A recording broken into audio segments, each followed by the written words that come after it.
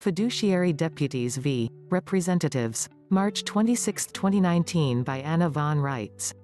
As I have repeatedly been drumming into heads from here to Lithuania, our actual American government is separate from the United States government and always has been. The actual American government is not based on representatives. It functions via fiduciary deputies. A fiduciary deputy is paid to perform a service, and that service is to responsibly and accountably manage money and resources in good faith and according to the Prudent Man Standard. A fiduciary deputy must be discreet, logical, attentive, and loyal in promoting the best interests of the people they work for.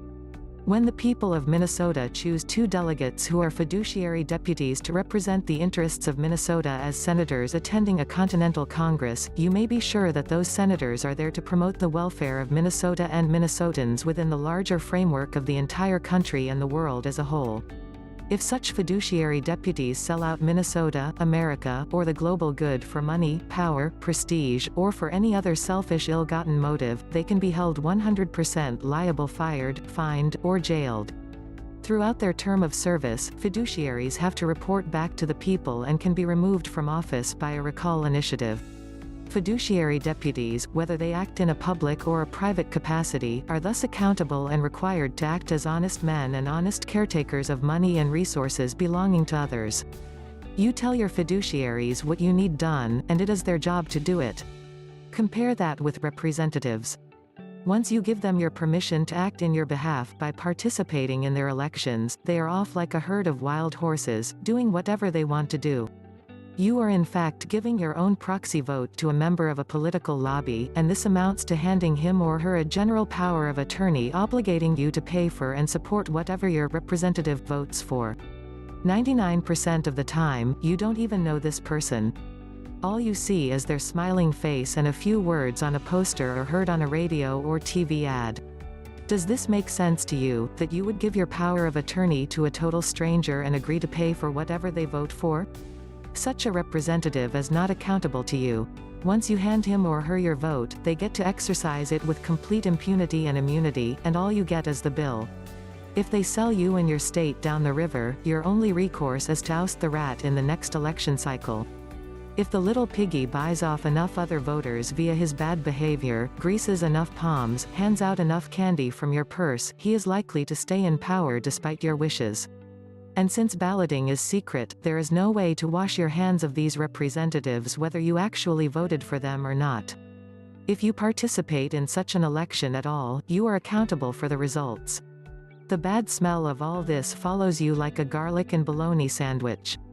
The lack of accountability of these representatives and their basic nature as political lobbyists guarantees a virtual feeding frenzy when they meet in their version of a U.S. Congress, and it is always a frenzy in which the public good is sacrificed to lust for money, power, votes, expedience, commercial expansion, favoritism, and most of all, unbridled control. The Democrats openly buy votes and shamelessly promote political agendas that they just as shamelessly undermine. The current border crisis is a good example of it. To hear the spin, you would think that their support of open borders and opposition to the border fence was grounded on ideals and principles of human rights and schlock of the give me your poor kind.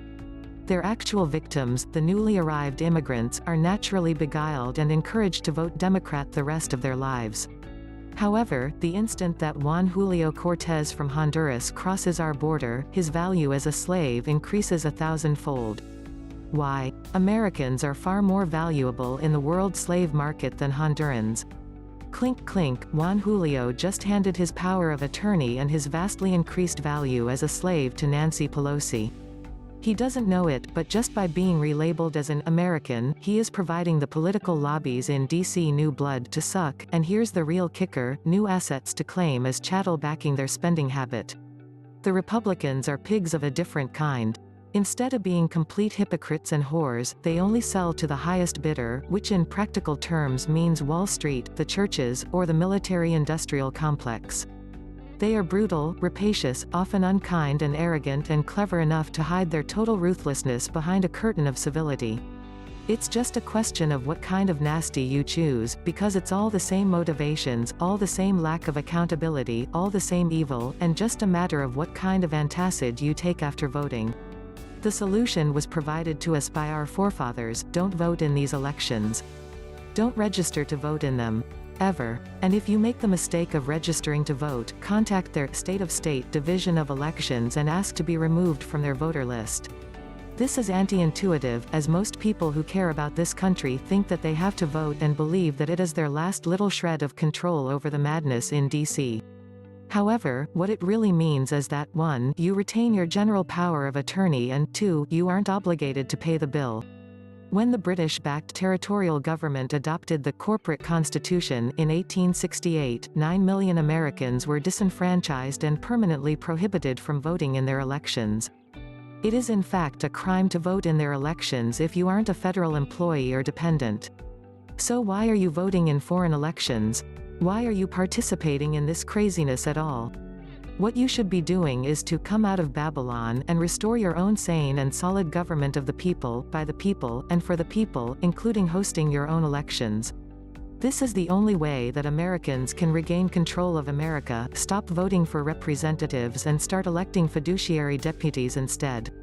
As you one by one stop participating in the political sideshow, your powers of attorney and your assets are returned and protected, which is a huge benefit to you and yours. As you assemble your actual state government and start sponsoring your own election of fiduciary deputies, the world gets turned right side up again. Accountability comes back into view. Your votes are needed all right, but they are needed in the right elections for the right fiduciary officers. They can then step into their place in the hierarchy and control all the rest of the now run-amok government service providers. Both from the standpoint of protecting yourself and protecting your country, you need to boycott all the political party elections and put your time and energy into restoring your lawful government and electing your fiduciary officers. Only then will you have the accountable and responsible government that you are owed.